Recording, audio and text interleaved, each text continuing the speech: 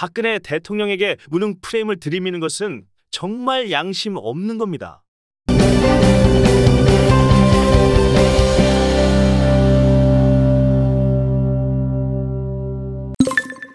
문재인, 이재명만큼이나 뻔뻔한 것이 탄핵 찬성파입니다. 그리고 대안이니 차악이니 하며 어쩔 수 없다는 논리로 이들을 두둔하는 자칭 망할 보수들도 뻔뻔합니다. 면죄부가 적용될 만한 사안이 아닙니다. 사기 탄핵은 너무나도 명백하게 자유민주주의 시장 경제 체제를 위협했고 자유민주공화국의 헌법을 정면으로 부정했기 때문입니다. 이는 결과론적인 게 아니죠? 사기 탄핵을 기획, 모의하고 실행하는 모든 과정에서 이를 예상하지 못했을 리가 없습니다. 만약 한 번도 경험하지 못한 나라를 정말 예상하지 못했다면 정치인은 정치에서는 안 되며 언론은 펜을 꺾어야 합니다. 정치 평론가들의 새치 혓바닥은 당연히 잘려야 할 일이죠. 식견이 없으니 자격도 없다는 뜻입니다. 사기 탄핵이 통하니까 무슨 일이 벌어졌죠? 언론을 장악한다. 대중을 선동한다. 그래서 어떤 일이 벌어졌나요? 여론조사와 선거를 조작하네요. 탄핵 찬성 여론 80%를 조작해본 경험이 있으니 이게 통한다는 걸 학습한 겁니다. 마냥 뻔뻔하게 굴어도 언론을 이념으로 갈라치게 해서 내 편으로 만들어두면 비정상의 극치마저도 정상으로 둔갑시킬 수 있다는 것도 학습한 겁니다. 조국이 그렇죠. 이재명도 그렇네요. 부동산 가격 폭등에도 믿기지 않을 뻔뻔함으로 자화자찬하는 문재인 정권도 마찬가지입니다. 사기 탄핵의 주범인 국힘당은 어떤가요? 사기 탄핵이라는 악의 고리로 엮인 탓에 위와 같은 문재인 정권의 폭주를 그저 바라만 보고 있었죠. 아무것도 하지 않아도 된다는 걸 학습한 겁니다. 대표적으로 5구 대선이 그렇습니다. 박근혜 대통령을 조롱하고 저주하던 홍준표가 헌재 파면 결정 직후에 치러진 대선에서 무려 24%나 받았으니까요. 아? 저 병신들은 어차피 찍을 정당이 없구나. 그럼 그렇지. 우리가 아무리 밉다 해도 문재인보다 더 미울까? 이걸 학습한 거죠. 이게 모두 면죄부에서 비롯되는 겁니다. 아래에 짧은 글을 올렸더니 페이스북 친구분이 공유하셨고 거기에 아래와 같은 댓글이 달렸습니다. 개인적으로 참으로 안 됐네요. 허나 죄라면 거리에서 정권을 빼앗겨 백성들을 도탄에 빠뜨리고 나라를 저 주사파 빨갱이 정권이 나라를 통째로 들어먹게 한 죄가 되겠네요. 정권이란 어떤 경우도 국민의 생명과 재산을 지켜달라고 주는 것이다. 헌데 박근혜 대통령은 국민의 생명과 재산을 지켜주지 못하고 저 빨갱이들에게 거리에서 정권을 빼앗겨 백성들이 거리에서 피를 흘리고 죽어가게 한 죄는 어떻게 보상을 할 것인가가 없다는 것입니다. 충분히 사전에 이런 말도 안 되는 일이 일어날 것이고 대비해야 한다고 상소를 올렸으나 깡그리 무시하고 대책 없이 나라를 도탄에 빠지게 하였으니 이제는 박근혜 대통령이 짊어져야 할 것이다. 대신 그 피해는 백성들이 고스란히 짊어져야 할 것이다. 교만하고 용렬한 백성들아 정신 차려라. 북한에 통하여 북이는 못 주어서 안다라며 백성들의 혈세를 빠는 주사파 빨갱이 정권이 잘한다는 더불어민주당 이런 당이 잘한다고 180석을 몰아주는 백성들 이제라도 제발 정신 차려라. 아프칸처럼 된다면 너희들이 먼저 제거될 것이다. 안타까운 현실이 개탄스럽습니다. 참으로 어처구니 없는 논리입니다.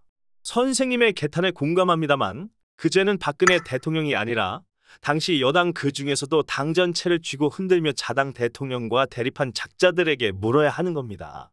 문재인을 겪고 이재명을 보면서 자칭 보수라는 사람들은 도대체 무엇을 깨닫고 느끼는지 모르겠습니다. 왕따를 당하면 그 피해자에게 책임을 물어야 하나요? 강간 피해자에게 옷차림이 문제다라고 하실 건가요? 그럴 수 없고 그래서도 안 되는 거죠. 좌파의 공격에 대통령을 홀로 버려둔 작자들의 죄입니다. 문재인 정권의 처참한 현실을 두고 많은 사람 특히 국힘당이 여당의 책임이다라고 하죠? 같은 논리 즉 박근혜 대통령에게 죄가 있다면 어째서 탄핵 찬성파들은 여전히 멀쩡한 걸까요?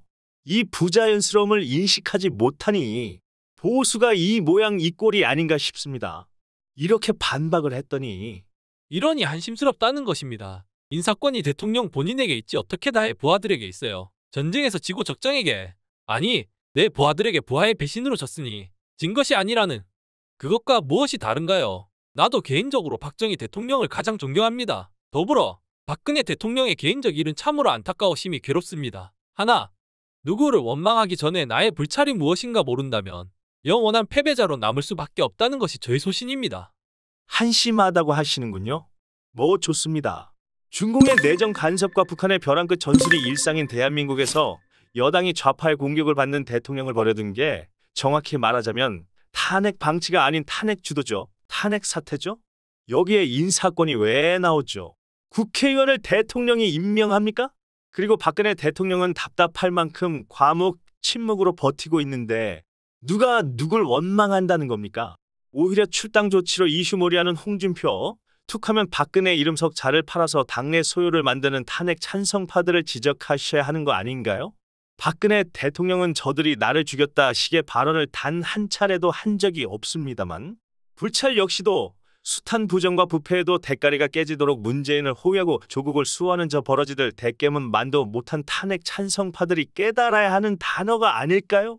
위와 같이 다시 반박했습니다.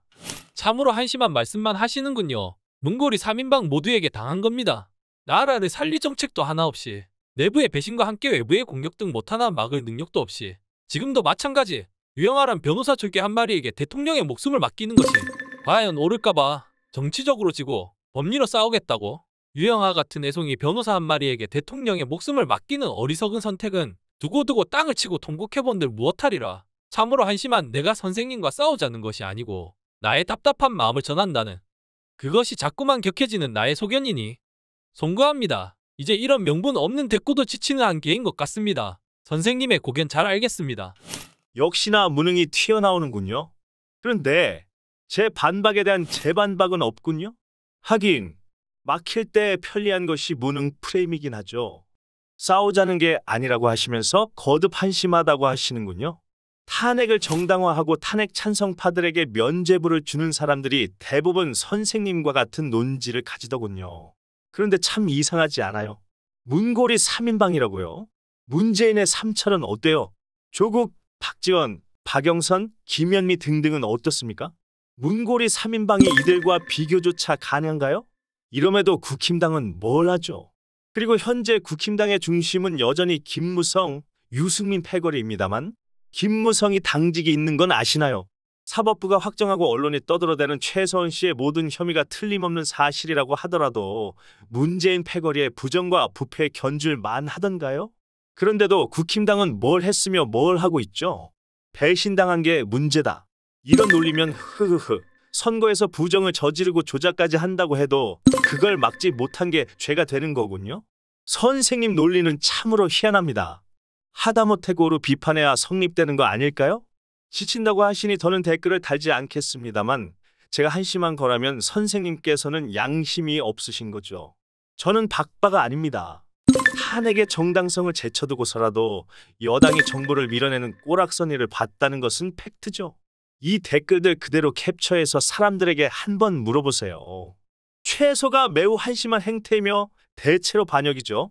여당이 정부를 밀어낸다는 건 한국 정치 정서상 스스로 똥물을 뒤집어 쓰는 것 즉 선거를 포기하는 것과 다름이 없는데 그 반사의 이익은 오롯이 좌파의 몫이니 대체로 반역인 겁니다. 설령 탄핵당할 만한 중대 혐의가 있었다고 하더라도 말입니다. 사소한 인간관계라도 한번 대입해서 배신당한 당사자의 입장이 되어보면 누구도 결단코 그래 멍청하게 배신당한 내 잘못이지. 야한 옷 입은 탓에 강간당했으니 내가 죽일년이지. 사기꾼이 무슨 죄가 있어? 사기당한 내가 바보지. 라고 하지 못할 텐데 말입니다. 이러니 양심 없는 게 맞는 겁니다. 아?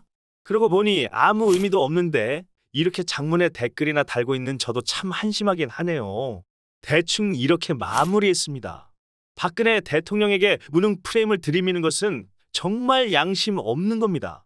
무능을 범죄화해서 무능이 탄핵뿐만 아니라 사법 처리까지 필요할 만큼의 중대 혐의라면 박근혜 대통령을 철저히 고립시켰고 나아가서는 등 뒤에 칼을 꽂은 탄핵 찬성파들은 어떻게 해야 합니까? 도대체 저들은 왜 여전히 정치 기득권이죠? 도대체 무슨 낯짝으로 당대표를 하고 심지어는 대선판에 기웃거리나요? 무능이 아닙니다. 홀로 싸우느라 그리 보이는 것일 뿐이죠. 좌파에게 따져 물을 것도 없이 대안이니 차악이니 하며 온갖 논리로 정당화시키려 애쓰는 국힘당이야말로 내로남불의 극치가 아닌가요? 문재인 정권의 실정에서 결코 빠질 수 없는 것이 뭐죠? 그렇습니다. 바로 여당인 민주당입니다. 정책 수립에서 절대 떨어질 수 없는 관계이므로 이들을 정부 여당 또는 당정청이라고 하죠. 국힘당이 가끔 입바른 소리를 할 때 문재인 정권과 민주당을 싸잡아 비판하죠. 문재인 정권의 실정이 곧 민주당의 책임이라는 논리입니다. 맞는 말이죠. 그래서 여당인 거니까요. 그런데요, 이상하죠? 국힘당 탄핵 찬성파들의 논리대로면 박근혜 대통령의 탄핵은 지극히 정당하다는 거 아닙니까? 탄핵이 마땅할 만큼의 정치적 문제가 있었다는 거 아닙니까? 그런데 왜 함께 책임지지 않나요? 이러니 내로남불이죠. 대선을 앞두고 좌파 정권을 또다시 겪어선 안 된다는 그 절박함은 이해가 됩니다만 그렇다고 해서 개돼지를 자처해서는 안 되지 않나요? 문재인을 겪었고 지금은 이재명을 보고 있는데 이럼에도 박근혜 대통령이 어떤 지도자였는지를 깨닫지 못한다면 어쩔 수 없는 겁니다. 자신을 보수라고 말하면서도 좌파의 선전에 선동당해 있는 걸 모르는 거죠. 좌파가 주입하는 분노와 증오에 뇌가 쩔어 있는 걸 모르고 있는 겁니다. 그러니 무책임하게 면죄부 남발하지 말고 차라리 입을 닫으세요. 그것이 사기 탄핵 선동의 소가 체제를 위태롭게 만든 기성세대가 가져야 하는 최소한의 양심입니다. 체제가 위태롭다는 것은 곧 후대에 엄청난 통증이 된다는 뜻이니까요. 부끄러운 줄 알아야죠.